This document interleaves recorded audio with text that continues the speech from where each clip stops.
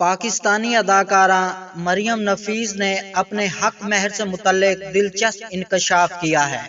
مریم نفیس نے حال ہی میں نجی میگزین کے پوڈ کاسٹ میں بطور میزبان شرکت کی اور کیریئر ڈراموں کے ساتھ ساتھ نجی زندگی کے حوالے سے گفتگو کی۔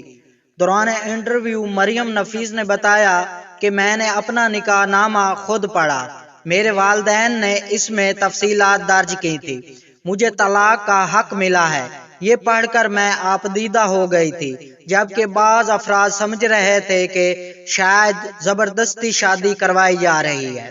اداکارہ نے انکشاف کرتے ہوئے بتایا کہ میں نے ساری زندگی حق مہر پر لوگوں کو جھگڑتے ہوئے دیکھے ہیں، اس لیے میں نہیں چاہتی تھی کہ میں حق مہر لوں، جبکہ شوہر امان احمد نے کھلے دل سے اجازت دی کہ جو چیز یا جتنی رقم چاہے لکھوا لو، لیکن میں نے اپنا حق مہر شرعی لکھوایا، یعنی جو شرعی اعتبار سے بنتا ہے۔